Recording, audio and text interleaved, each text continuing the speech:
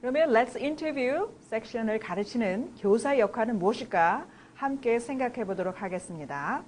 먼저 선생님들은 시간을 잘 활용해야 됩니다. 효과적으로, 즉 주어진 시간에 순서적으로 선생님들이 무엇을 하고 그 다음에 무엇을 할 것인가 잘 알고 시간을 효과적으로 사용하라는 것입니다. 두 번째로는 학생들이 완전한 문장으로 대답할 수 있도록 학생들을 잘 동기 유발을 시켜야 하는 것입니다. 아까도 말씀드렸죠? 그냥 구라든가 짧은 끝나지 않는 문장으로 하면 점수를 받기가 어렵습니다. 꼭 기억하셔야 됩니다. 완전한 문장으로 학생들이 대답할 수 있도록 선생님들은 항상 늘 상기시켜줘야 하셔야 합니다. 세 번째로 생각할 수 있는 것이 학생들은 항상 말하다 보면 많은 실수를 하게 돼 있는데요. 선생님들은 그냥 가만히 있는 것이 아니라 항상 종이에 적으시거나 기억을 하셨다가 학생들 모두에게 이 공동의 실수를 가르쳐 주시고 그다음에 고쳐주시는 그러한 선생님이 되셔야 합니다. 예를 들어서요. 학생들이 이렇게 페어워크를 하는데요. 파트너랑 할 때 교사는 그냥 가만히 앉아서 시간을 보내는 것이 아니라 그 학생들이 하는 그 사이사이를 돌아다니시면서 볼펜과 종이를 가지시고 아들이 하는 그런 실수를 적는 것이에요. 그래서 나중에 다 끝나고 나서 전체적으로 칠판에 쓰시고 그것을 함께 고쳐주고 함께 따라하게 하는 그런 교사 역할이 가장 중요하다고 생각을 합니다.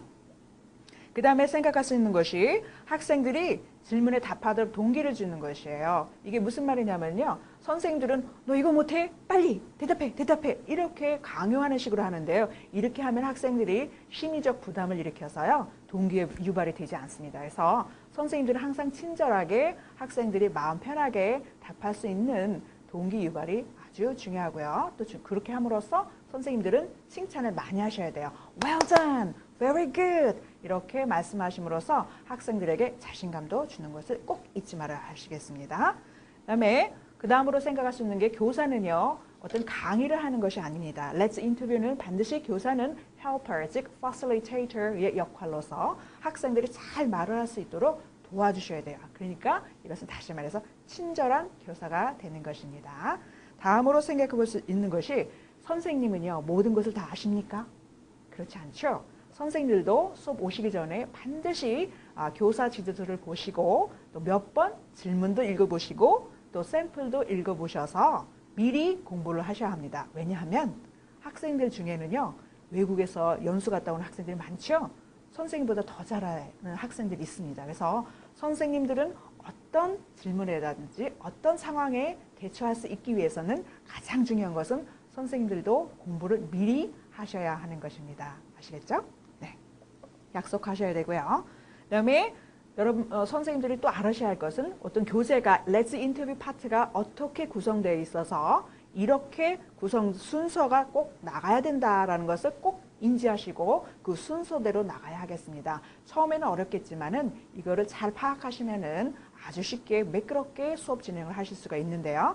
첫 번째 생각하실 것이 goal of lesson. 우리 학습 목표가 무엇인지 선생님들이 꼭 알고 계셔야 되죠. 학습 목표라 하는 것은 우리가 질문이 되겠습니다. 그 날의 질문, 즉 토픽이 무엇일까 생각해 보셔야 되겠고요.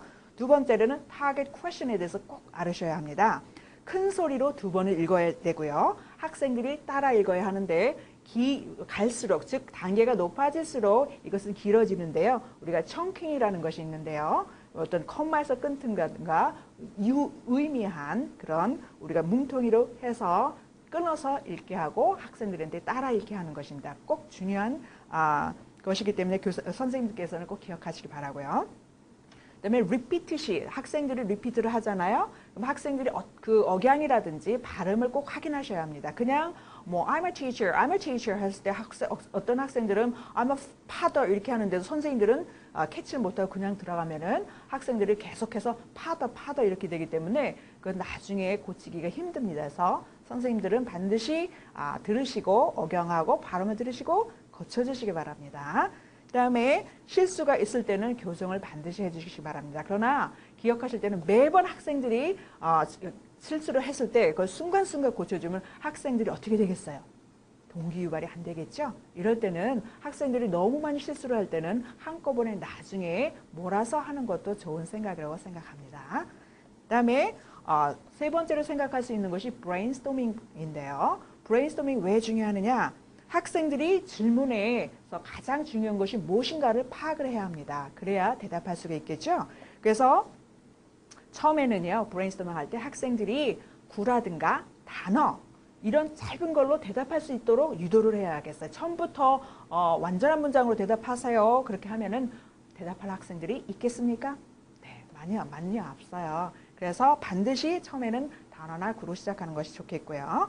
그다음에 학생들이 질문을 이해하도록 도울 수 있는 한국말로 번역을 해주는 것도 참 좋습니다. 그래서 학생들은 처음에는 번역을 요하지만 그 단계로 갈수록 한국말 번역이 필요 없게 됩니다. 그러면은 선생님의 어떤 도움이 많이 필요하지 않으면 학생들이 더 자체적으로 자신의 힘으로 많이 말할 수 있다는 것이 의미가 되겠습니다. 또 질문을 했을 때 이 내용에 대해서 잘 이해를 했는지, 즉 comprehension check-up 질문을 하시는 것이 가장 중요합니다. 왜냐? 선생님들이 이걸 안 하면요, 학생들이 알고 있는지 이해를 했는지 잘 모르고 그냥 넘어가게 되죠. 나중에 물어보면 학생들이 이해를 못했어요. 왜? 질문에 대답을 못하니까요. 그렇죠? 그래서 comprehension check-up은 반드시 해주시기 바랍니다. 또 다음으로 생각할 것이 sample response예요. sample response는 우리가 그 레벨에 따라서 한 개가 있을 수도 있고, 두 개가 있을 수도 있고, 세 개가 있을 수도 있는데 그것이 처음에는 단어와 구로 시작했다가 그다음에 학생들이 그걸 읽을 때 또 따라 읽을 때 억양하고 발음 같은 것도 선생님들께서 이렇게 신경을 써주시고 교정을 해주셔야 되고요. 반드시 실수가 있을 때는 교정을 해주셔야 합니다. 또 개별적으로 인디비주얼 체크업을 해서 정말 학생들이 이해를 하고 있나 전체적으로 이렇게 물어보죠. 이해했습니까? 그러면 학생들 네 그러고 지나가죠. 그러나 사실 한 사람 한 사람 시켜보면 모르는 학생들이 더 많이 있습니다. 속지 마세요. 자, 학생들이 모범 답안을 2번씩 따라 얘기하고요. 모범 답안을 한국말로 해석을 해주시겠지요.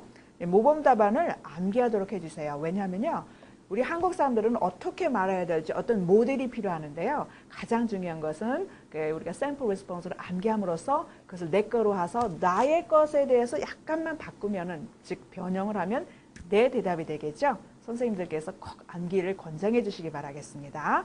또 학생들을 A, B로 나눠서 우리가 A, B 즉 2명씩 파트너를 정해서 연습하도록 하는 것이 중요합니다.